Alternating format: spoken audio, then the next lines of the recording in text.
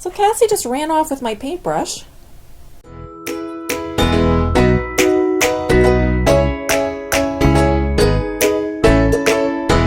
Hi, I'm Heather from Frugal Renewal. Welcome to our channel.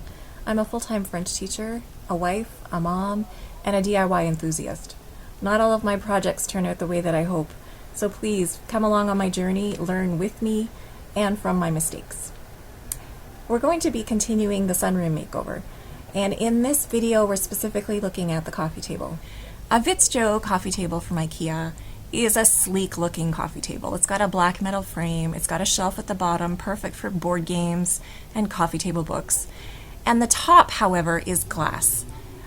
In our sunroom, I would rather not have a glass top coffee table. I'd like to be able to sit back, relax with a book, and put my feet up. I would like to replace the glass top with a distressed wood surface. So I have gotten a spool end, which means that there is an Ikea hack project on the go. I'm trying to decide which side of the spool top to use. So the spool end I got, and this side has the groove in it. The other side is all one flat surface. The problem with this side is it has bigger holes, more holes. But the problem is that the staple ends and nail ends have come through this side. So that would be tough for the sander.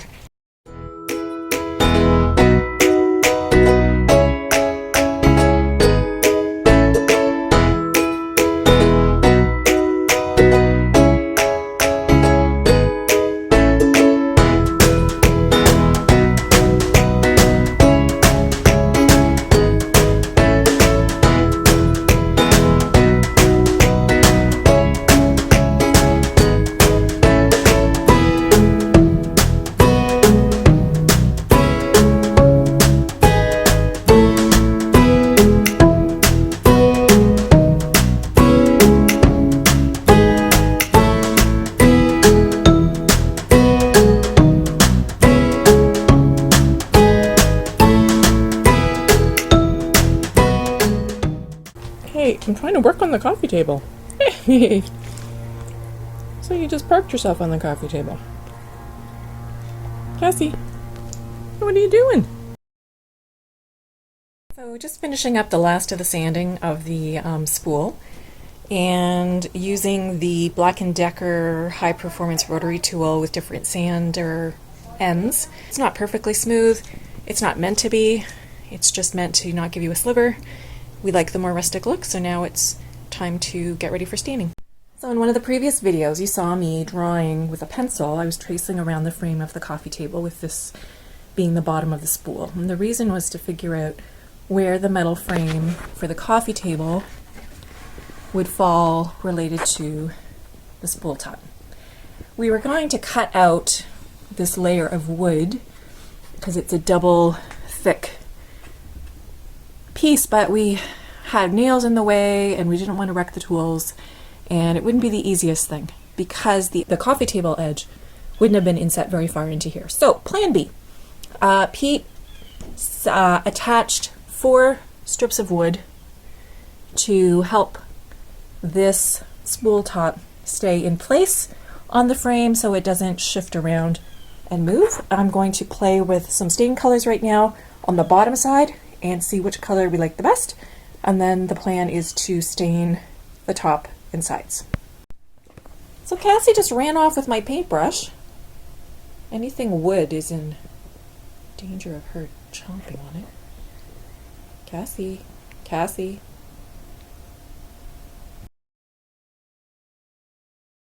I decided to do some stain samples. The one on the left is Special Walnut. The one in the middle is Antique Walnut, and the one on the right is Dark Walnut. I find the Dark Walnut to be too chocolatey, like a reddish brown. The one in the middle to be too orange for this room. The one on the left is probably the one I like the most. There's a fair bit of yellow still showing through it. I think I'm going to try one more thing, and that is doing a paint wash which I've done in the past on other pieces of furniture. So I mix different colors of paint with water, paint it on as a wash so you can still see all the wood grain, and it just kind of tints the wood, and then coat it or cover it with several coats of clear polyurethane. So that's the next plan. I'm going to try doing that. I placed dots of acrylic, folk art, craft paint. There's different names for it. They're all water-based in a bowl of water. I'm going to try mixing and matching different colors to see if I can get a wash color that I like. I tend to like working with burnt umber, which is this dark brown color. I might add a few other dabs and dots and see if I can get a wash color that I like. The nice thing about using these tints or these washes is you can do layers on them and play around until you get something that you like.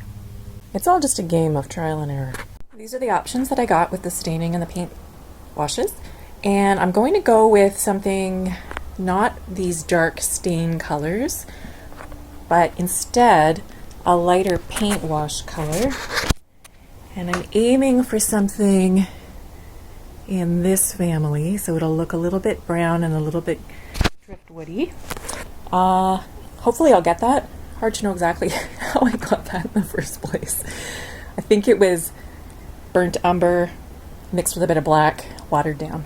So I'm going to try that on the good side of the table. Worst case scenario, it doesn't work, and I add another layer of something I like a little bit better.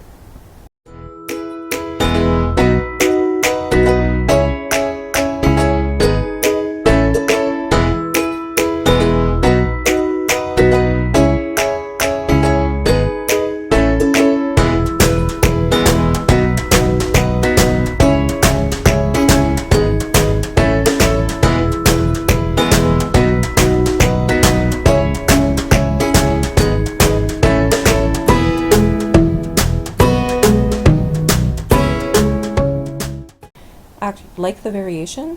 I think that the grays and the rust colors from around nails and staples are just interesting.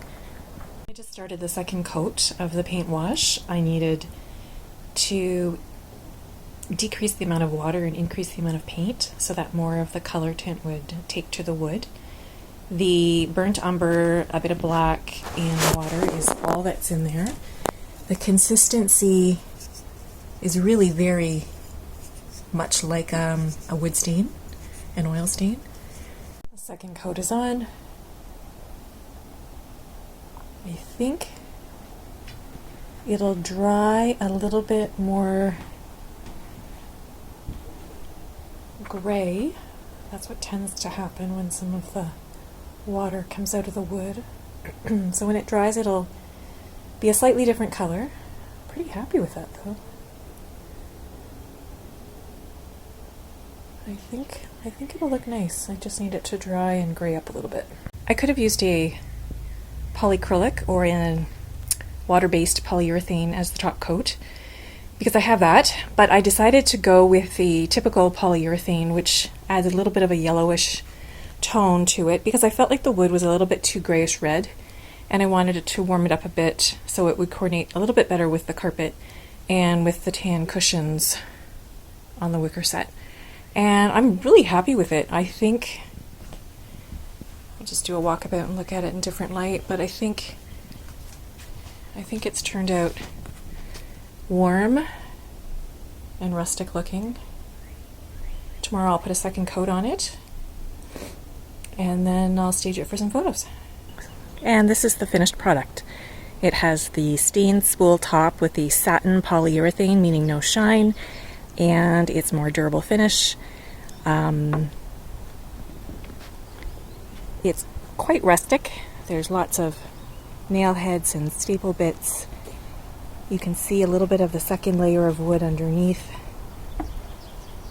And all of this means that it's perfect for us to use and live with and scratch and scuff and bang up and put our feet on. And it's perfect for everyday life. Thanks for watching this video. If you enjoyed it, please give it a thumbs up. Feel free to leave comments, stories, questions in the comment section below. I'd love to hear about your DIY budget projects and experiences. Let's learn from each other. You can learn along with me, you can learn from my mistakes, and I'm sure that you can share some wisdom with me too. I would love for you to subscribe to this channel, and you'll be notified when new videos are released, and our community here at Frugal Renewal of like-minded budget DIYers can grow. I hope you have a wonderful day, and until next time, take care.